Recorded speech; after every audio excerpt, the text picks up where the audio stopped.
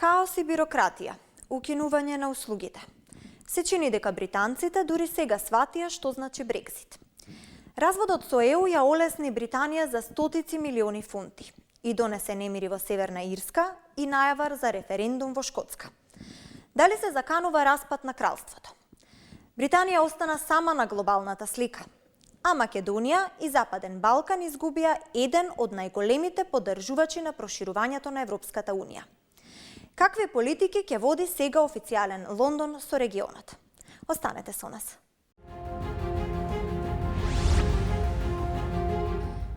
Комбинацијата од зборовите Британија и Екзит или со еден збор Брекзит се однесува на повлекувањето на Обединетото кралство од ЕУ.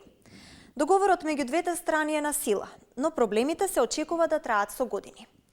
Ја вклучуваме Елвира Фабри, доктор по политички науки и експерт за Брекзит од Институтот Жак Делор од Франција. Добро вечер и добре дојдовте. Политички разводот помеѓу Велика Британија и ЕУ, така наречениот Брекзит, заврши. Но каде се преговорите за идните односи? Кои се главните проблеми што може да ги предвидите? This agreement, signed at the end of December, is framing broadly some main issues, but it leaves outside of the scope of the agreements some issues in relation to security and defense, notably, but also cooperation in terms of research and development. Many issues that will need to be continue to be negotiated in the future years. Некои британски весници се жалат на Брекзит, бирократија во пристаништата, укинување на услугите, празни полици во продавниците и така натаму. Дали овие тешкоти ќе продолжат? Какво ќе биде нивното влијание понатаму? The problems are more when they want to export to the EU, because as they didn't guarantee any regulatory alignment on EU regulations, they have to comply with new controls at the border. They're also facing the problems of transport capacity, because they at the moment the trucks are moving towards the UK full of items because they need to import a lot of items for their domestic consumptions, and are broadly coming back empty to the EU because of those problems faced with additional paperwork. Што значи Брекзит за британските патници во Европската Унија? Што е дозволено, а што не е дозволено? What has been allowed by the agreement is the possibility for tourism, notably when you don't travel with an economic purpose, to travel 90 days in the EU without any visa, and it's 90 days in a period of 180 days. So broadly, I would say that for tourism, for if you travel for family reasons, you want to visit some friends, there's not really added complexity, and you don't need any visa. The problem is much more complex when there's an economic purpose, and notably for services, because British citizens are now faced with all the different exceptions of the 27 member states. As soon as they need to sell something, they're going to one EU member state to sell a service, they need to request a visa from that member state. And if they're moving to another member state, they need to request another visa, which is really adding a lot of complexity to the British economy, which is relying as highly as to 80% on services. Со какви неочекувани последици се уште ќе се соочуваат Велика Британија и Европската Унија по Брекзитот? For the moment, we are faced with the implementation of the agreement. Now what is more worrying is the way new relations are developing, and the concrete question is whether we will be capable to preserve a very cooperative approach between the EU and the UK, currently, we have the concrete impression that the British government is developing a more acrimonious approach of future relation with the EU, which is not very positive and for the future relations, because there are so many issues that will need to continue to be developed and negotiated.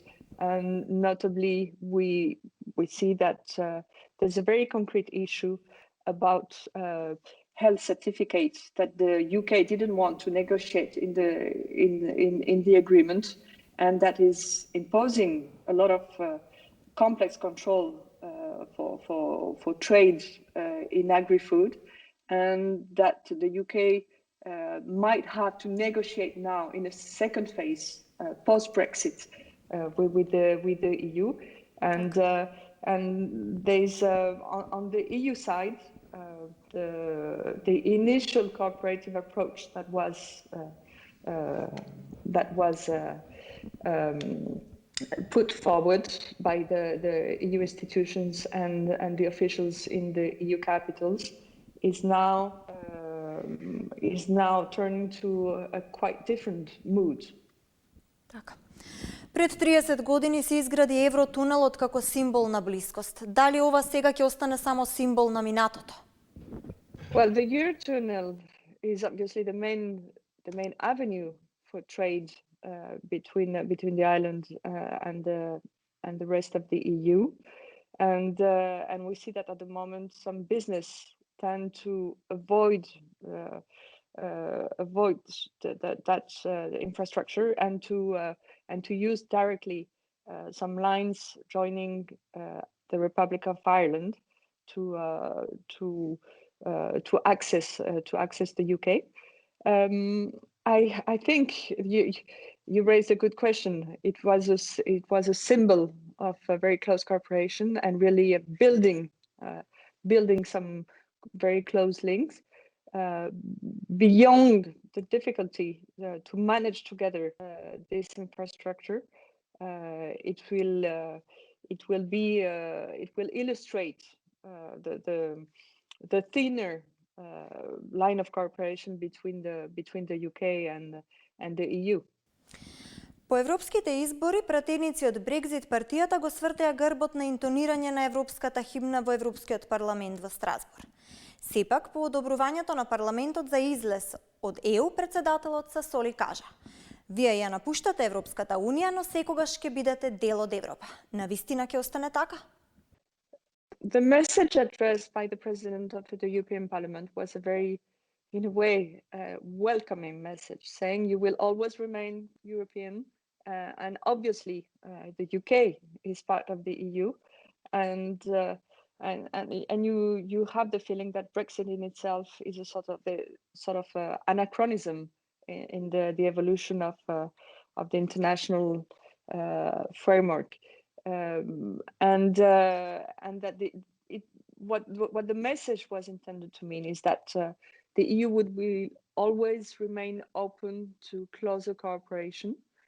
I think that having said that, that always has been the position of the EU member states and all along the negotiation.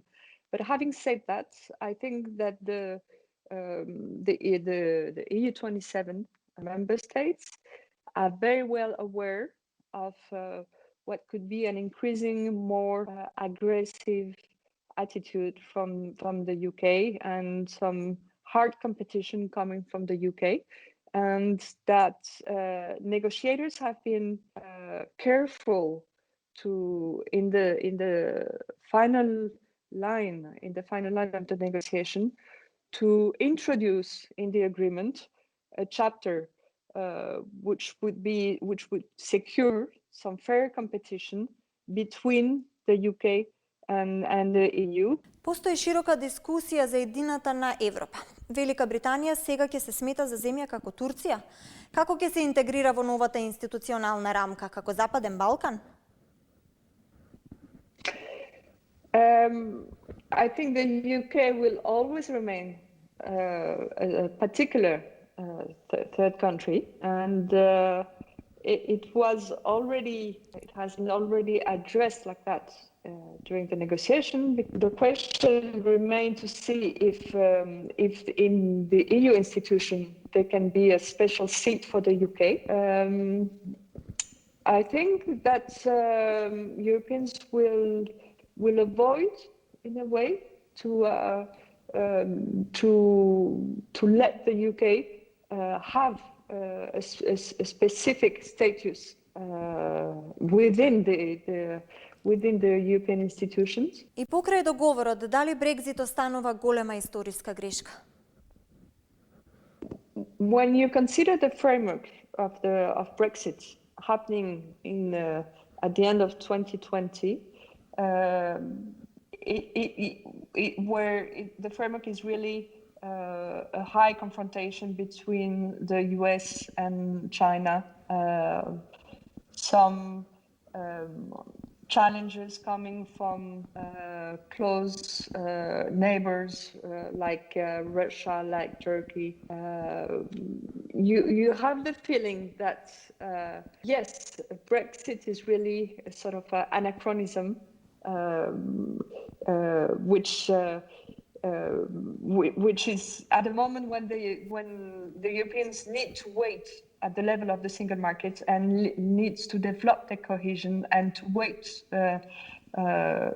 to stand up in front of two major actors like the US and China in the pandemic period. Supply chains are already shortening, and there's a awareness that business will have to rely maybe on more regional cooperation, and for the UK, trying to reach more remote partners like in the Asian region will be much complex, and maybe it comes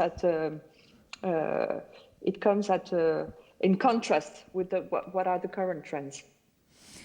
Ви благодарам за разговорот. Okay, thank you very much. Thank you very much. Во ова време и невреме, Обединетото кралство не го обележува само Брекзит. Облаци полни со расизам висат над Бакингемската палата. По немирите во Ирска и кревањето на гласот во Шкотска се поставува прашањето: ке владае ли кралицата наскоро со Мала Британија? Разговараме со Чарлс Грант, директор на Центарот за европски реформи во Лондон, поранешен директор на Британски совет и редовен соработник на Financial Times и Guardian. Добро вечер и добре дојдовте во Европат.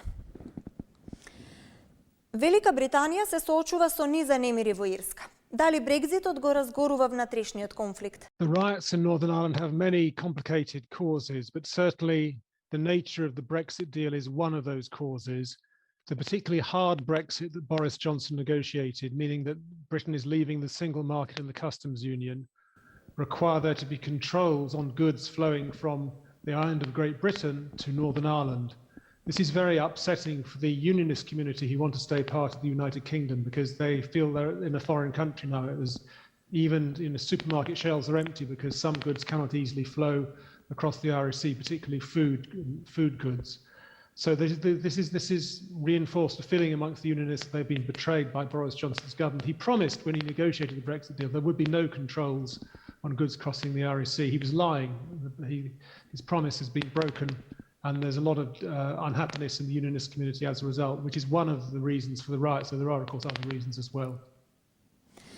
Шкотска не го тргна знамето на ЕУ од парламентот и најавува референдум за независност подоцна оваа година. Дали на Велика Британија и се заканува распад на кралството? Дали монархијата тивок, но вистински цемент ќе прифати такви независни желби? Well, there is a lot of support for independence within Scotland, but only about 50-50. So it's not clear there's a majority at the moment. There was a majority a few months ago. Now there doesn't seem to be a majority. But that doesn't mean there'll be a referendum. There are going to be elections in a few weeks' time. There'll probably be a majority government for the Scottish National Party, which will pursue an agenda of independence, but then simply not allowed to hold a referendum by law unless the government in London agrees that there should be a referendum. And the government in London of Boris Johnson says, no, definitely not. So there's not going to be a referendum anytime soon for several years. So there won't be independence for several years. In the long run, who knows? In the long run, a future government in London may feel it cannot resist the pressure for a referendum if that has a lot of support from within Scotland. So there is pressure for breaking up the United Kingdom, but it's not going to happen anytime soon at all. As for the monarchy, it's not really relevant for the question of Scottish independence because the monarchy has no powers. The monarchy would like the United Kingdom to stay together. Last time there was a referendum in Scotland in 2014, the Queen did drop a hint that she hoped the Scottish voted to stay in the UK. If she drops a hint like that again, it could sway a tiny number of people, but it's not really that important for the question of Scottish independence. The monarchy is not the key determinant of that at all. Британскиот премиер промовира глобална Британија која треба да го компензира излезот од Европската Унија. Што значи тоа конкретно? Повеќе учество во НАТО? И што е со присуството на Западен Балкан? Well, global Britain, in my view, is a fairly meaningless, superficial and trite phrase. It just means that if Britain is leaving the European Union, imposing barriers to trade with its most important economic partners and moving out of European security cooperation in terms of what the EU does as well, then it has to do something else instead. So the phrase global Britain reassures the British people that we're not becoming insular and isolationist. The recent integrated review on security policy from the British government did say there'd be a tilt towards the so-called Indo-Pacific region, meaning that Britain will do more in Asia to compensate for doing less in Europe. That means mainly trade agreements with individual Asian countries such as Australia and New Zealand and joining the CPTPP, the comprehensive Trans-Pacific Partnership, I forget what it stands for. Basically trading more with East Asian countries and Asian countries, also sending an aircraft carrier to the South China Sea to symbolically show that Britain is committed to maintaining the region's security against possible Chinese aggression. But in practice, there's not a lot really happening in terms of shifting security resources to Asia from Europe. The reality is Britain is, whatever the spin about the review, the reality is Britain is a member of NATO. Most of its armed forces and security apparatuses are aligned on keeping the Russians out of Eastern Europe. The Balkans is a bit less important for the British now than it was in the 1990s when there were wars in the Balkans. I don't think getting greatly involved in the Balkans is a British priority at the moment, though certainly if there's any renewed problems, then the British would want to be involved. They have a close relationship with Turkey. I think they've been reluctant to criticize Turkey on human rights grounds because they need some friends in Europe, and Turkey is one of the few friends that Britain has. And I think it's rather shameful that the British have overlooked the human rights abuses in Turkey simply because they want to be friends with the Turks. Which is not so good if the Turkish opposition leaders are quite unhappy about that. But Britain has a good relationship with Turkey, that's true, and a good relationship with many Western Balkan countries too. We would like to see them join the European Union. But of course, we're not a member state anymore, so we cannot campaign for them to join the EU. We can help if we can, but outside the EU, we don't have much influence. I'm afraid with the departure of Britain from the EU has reduced some of the pressure to let the Western Balkan countries into the European Union.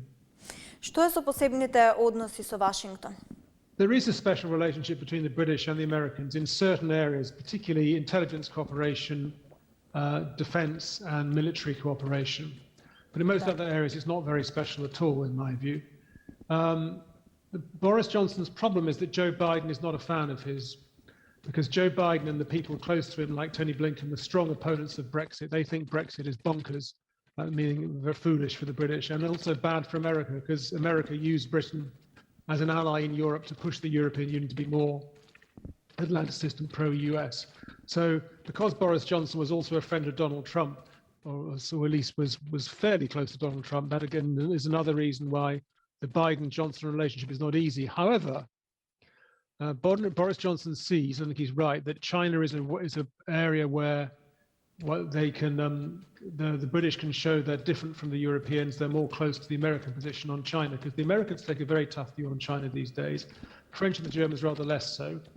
The British are somewhere between the two, but by emphasizing the difference between the British and the French and the Germans, and in particular on Hong Kong, the British should be much more willing to criticize Chinese behavior than have French and the Germans. The British can seek Joe Biden's favor and try and become close to him and impress him that we're being tougher than the silly old European Union when it comes to China. That is a definite British stratagem at the moment. На друго светлосно ниво, Мегзит привлекува огромно внимание на медиумите.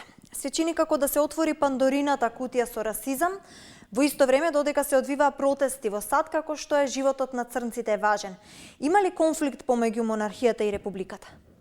Not really, because in the UK almost everybody's a monarchist. Very few people would abolish the monarchy and introduce a republic, perhaps 5% of the British people. So it's not a political issue. Everybody's a monarchist. The difference, though, inspired by Meghan in her interview with Oprah Winfrey, is that she appeals to the younger generation. Quite a lot of younger people think she's right to criticise the stuffiness and traditions of the British monarchy and the British establishment, while older people tend to be much more sceptical of what she said. Older people don't like the fact that she told lies in that TV interview. She said, for example, that her son was not a prince because he was black. That's just ridiculous, because he's not a prince because there are rules on who gets made a prince, and he didn't fit those rules. She said that they hadn't been married in Canterbury Cathedral but got married 3 days before in a private ceremony. That's just factually incorrect. So, because she says a lot of things that are untrue, she's not respected by the older generation. So there is a big division in Britain between younger people, some of whom are sympathetic to Meghan, and the older people and middle-aged people who tend to be quite critical of her. Велика Британија беше најголемиот поддржувач на земјите од Западен Балкан и Македонија за проширувањето на Европската Унија. Како ќе се придонесе сега за развој и напредок? Well, Britain does want a close and friendly relationship with the Western Balkans. It has no reason not to be close and supportive of them. It can't help with the question of EU membership, of course, because we're not on the inside of the EU helping to pull the Western Balkans in.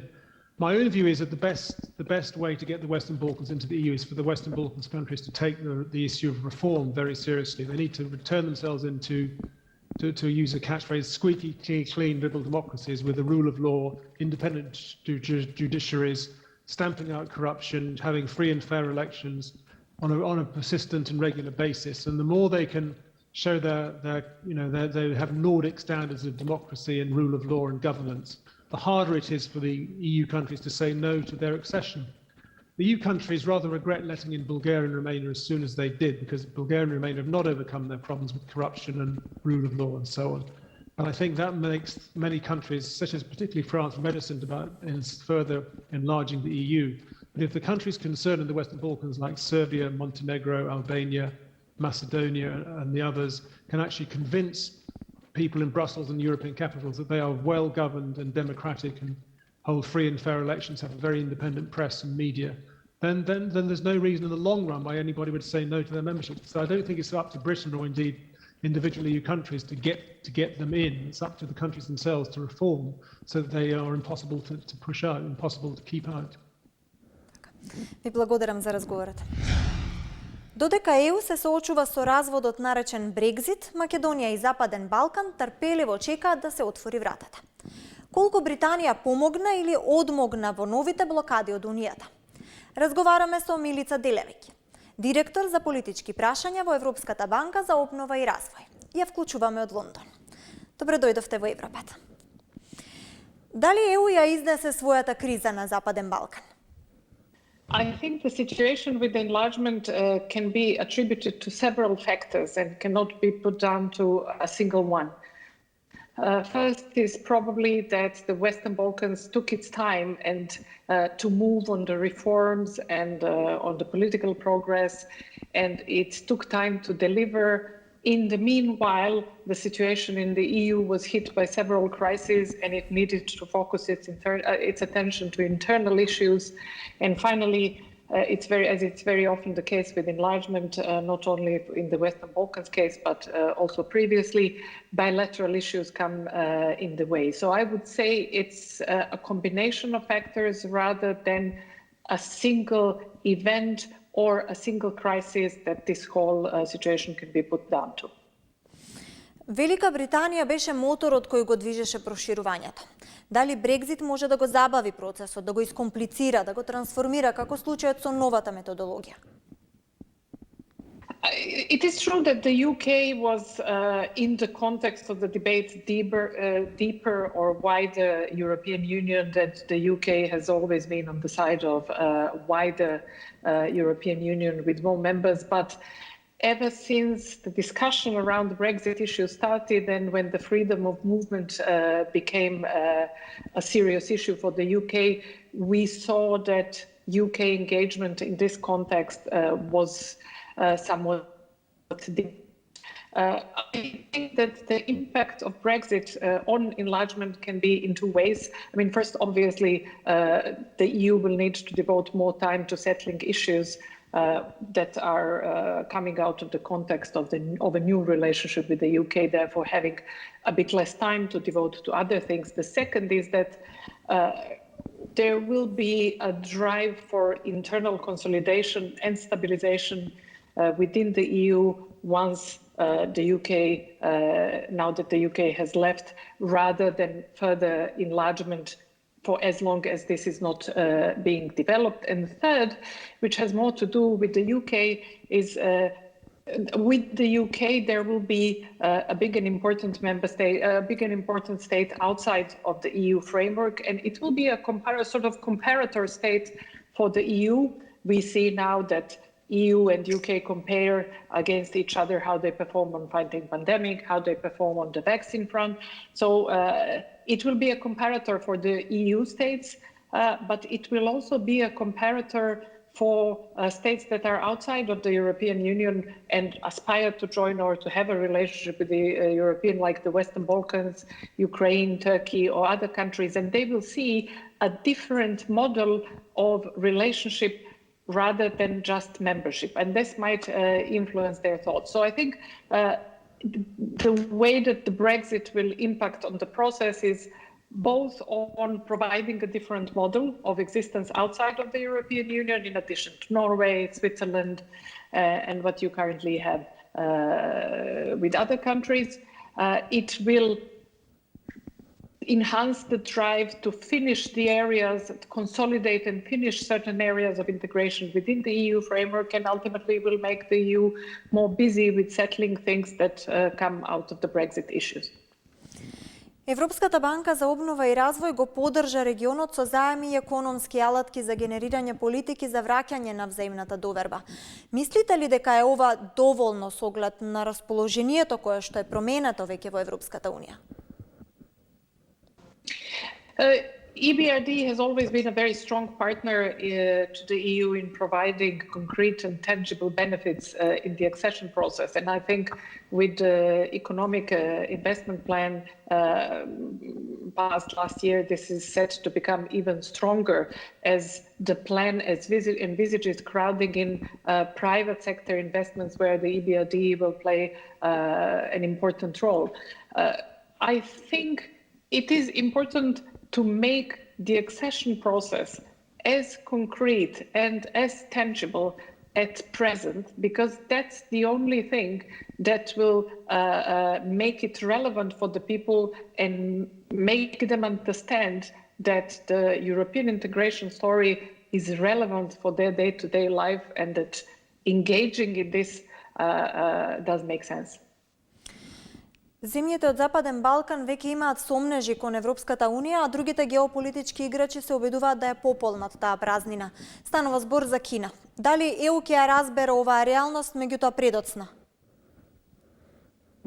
If you look at the trade and investment patterns, the European Union and its countries are still the most important partners for Western Balkan countries, as they are important partners for each other within their regional economic context. But it is true that other actors, in particular China, with its Belt and Road Initiative, are becoming more visible and more present, and that this is something that the European Union would want to bear in mind. And it is actually something that President Macron mentioned last year in the Munich Security Conference, where he discussed the enlargement and new methodology, mentioning that regardless how long the accession process would last, the EU should invest and support Western Balkan countries so that once they become members, that their relationship with the EU, with EU members and with the EU as a whole is by far the strongest relationship that they have. So I do hope that the fact that other actors are becoming more interested in the region and more prominent in the region will channel more thinking like that one articulated by President Macron last year. Има чувство на предавство од страна на Европската Унија во Македонија, особено по последното вето во декември од страна на Бугарија. Каде е Македонија на мапата на ЕУ, особено сега во време на криза? I think there is a lot of support for North Macedonia within the EU and a lot of understanding of how far the country has come and how important decisions and issues were tackled and settled. And I am really hoping that there will soon be an agreement to progress North Macedonia's accession talks. As I mentioned before, bilateral issues coming in the way of enlargement, we see a lot of that happening in the Western Balkans context, but it's not the first time. And I think the understanding that the enlargement is something that is in mutual interest of the European Union and its member states, as well as in the interest of acceding countries, is really something which I hope will drive this consensus so that Macedonia can capitalize on important steps that it took and for which there is a lot of support in the EU. Ви благодарам за разговорот. Тоа беше се од ова издание на Европат. Останете со програмата на телевизија 24.